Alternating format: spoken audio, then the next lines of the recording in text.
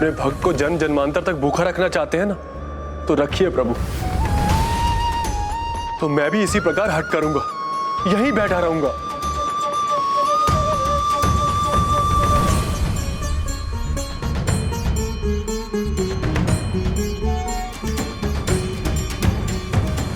प्रभु, यदि आज आपने दर्शन नहीं दिया ना, तो आपका यह भक्त अपनी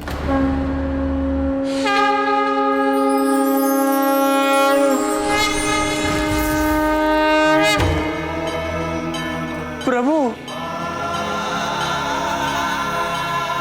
प्रभु महादेव, मुझे पता था प्रभु कि आप मेरी पुकार अवश्य सुनेंगे। आप आ गए प्रभु, आप आ गए।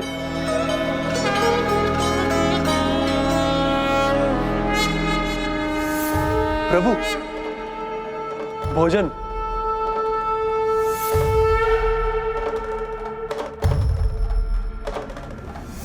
प्रभु ने तो अपने भक्त का मन रखने के लिए सामिष भोग भी ग्रहण कर लिया।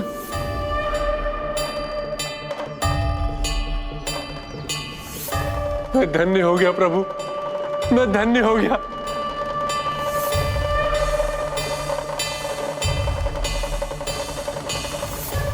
भक्त की भक्ति और भक्त एवं भगवान के मध्य वो दिव्य स्नेह वाले पल अद्भुत थे, किंतु वो दिव्य पल अधिक अवधि तक नहीं रहे।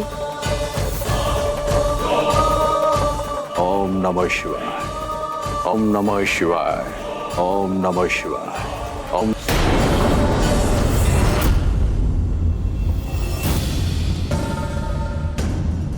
पापी, इस मंदिर में सामिष भोजन लाने का दुस्साहस कैसे किया तुमने? लीजिए ना प्रभु। इतना बड़ा अपराध, इसका परिणाम भुगतना होगा इसे। बाहर ले जाकर दंडित करेंगे इसे। अरे छोड़ो मुझे, अरे छोड़ो मुझे, छोड़ो मुझे। अरे देखते नहीं कि मैं प्रभु को, शंभैया को भोजन करा रहा हूँ। अरे रुक जा, अरे भूखे हैं मेरे शिव, उन्होंने अपनी डकार भी खा ली है। अरे रुक जाओ, अरे रुक जाओ, रुक जाओ। इतनी उदंडता, दूषित किया हमारे मंदिर को, सामिष भोजन ले गए वहां, तो अब भुगतो उसका दंड। रुक जाओ तुम लोग, उसे छोड़ो और जाओ।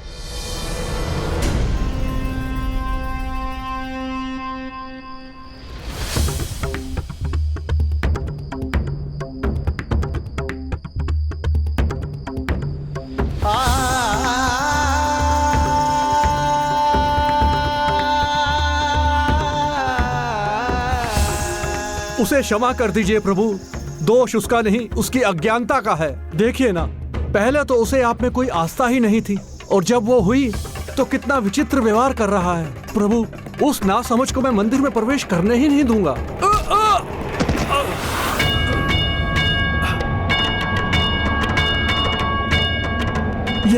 ये क्या हो रहा है यहाँ?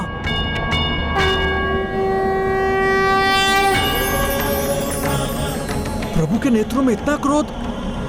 भक्त हैं तो भगवान हैं। मेरे किसी भी सच्चे भक्त को मेरे मंदिर में प्रवेश से कोई नहीं रोक सकता। क्षमा करें प्रभु, वर्षों से आपके इस मंदिर की सेवा और आपकी विधिवत पूजा करता आ रहा हूं, किंतु आपने उसे दर्शन दे दिए जो आपकी पूजा करना भी नहीं जानता, न मंत्र न पूजा पाठ, कुछ भी नहीं जानता प्रभु। फिर वो आपका भक्त कैसे हुआ? एक मकड़ा मेरे ऊपर चलकर, जाल बूझकर, मुझे धूप से सुरक्षित रखकर मेरा भक्त बन सकता है। एक हाथी अपनी सूंड में लाए जल से मेरा अभिषेक कर मेरा भक्त हो सकता है। एक सर्प अपने पेट से रत्न उगलकर उन्हें मुझे समर्पित कर मेरा भक्त हो सकता है। तो फिर ये मेरा भक्त क्यों नहीं हो सकता? भक्ति करने की विधि सबकी भिन्न हो सकती है, किंतु इसका यह अर्थ नहीं कि उसकी भक्ति में खोट है। प्रभु, उन्होंने तो अपनी भक्ति का प्रमाण दिया था। कठोर परीक्षा से होकर निकले थे वो। उन्होंने अपना जीवन दांव पर लगा दिया था प्रभु। तो अब ठिन्ना की परीक्षा का भी समय आ गया है।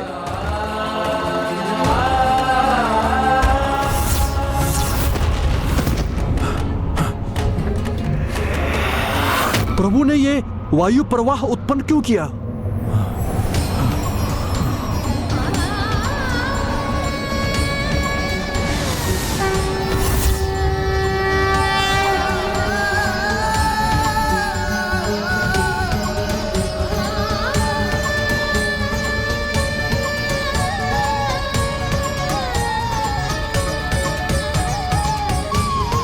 ये थिन्ना अब क्या कर रहा है?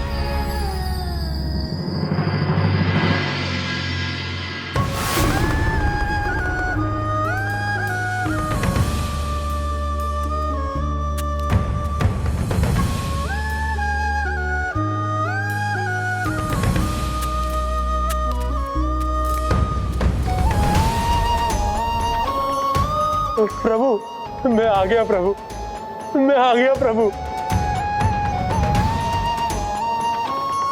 उन्हें लगा प्रभु कि वो लोग मुझे हाथ करेंगे तो मैं नहीं लौटूंगा।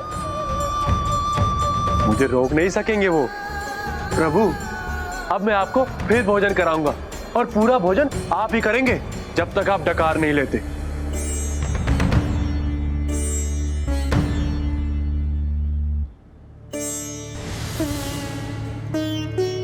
प्रभु, आपको समझना कठिन है। जब वो लोग मुझे रोक रहे थे तब आपने उनसे कहा क्यों नहीं कि आप मेरे भोजन का आनंद ले रहे हैं?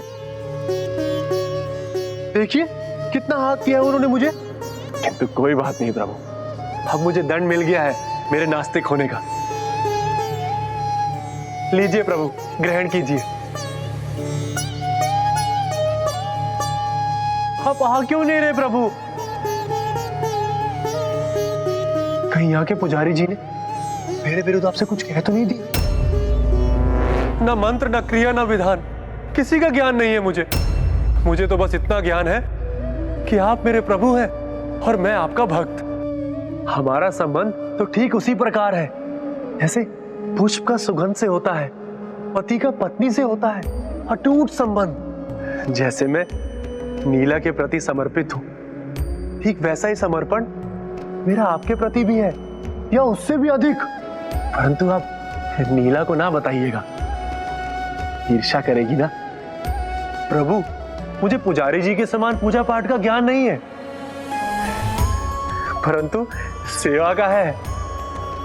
और मुझे पता है कि भोजन कराने से बड़ी सेवा और कोई नहीं होती है। ये लीजिए प्रभु, ग्रहण कीजिए ना।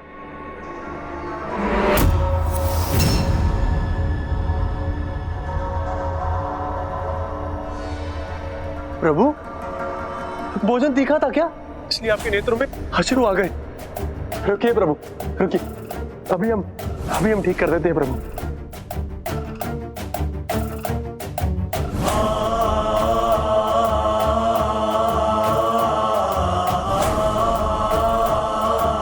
हाँ प्रभु, अभी उचित है ना? प्रभु, ये क्या? किंतु आप चिंता ना करें, जैसे नीला मेरे अश्रु पोंछती है वैसे मैं भी आपके अश्रु पोंछ दूंगा।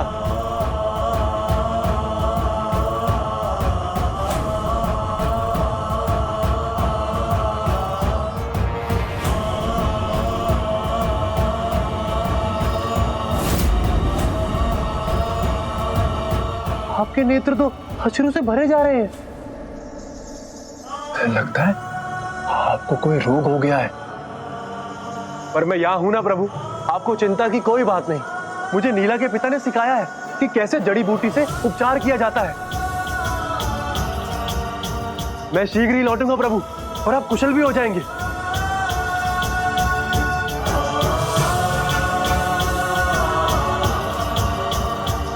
देखा प्रभु, मैं यूं गया और यूं आ गया। प्रभु, मैं आ गया प्रभु, आप चिंता ना करिए, मैं अभी लेप लगा देता हूं प्रभु।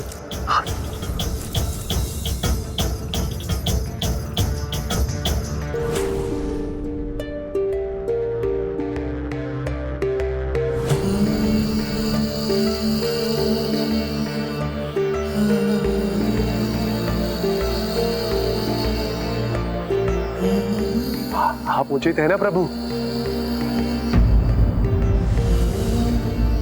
मेरे लेप से लगता है कोई लाभ नहीं हुआ, थोड़ी और जड़ी बूटी चाहिए।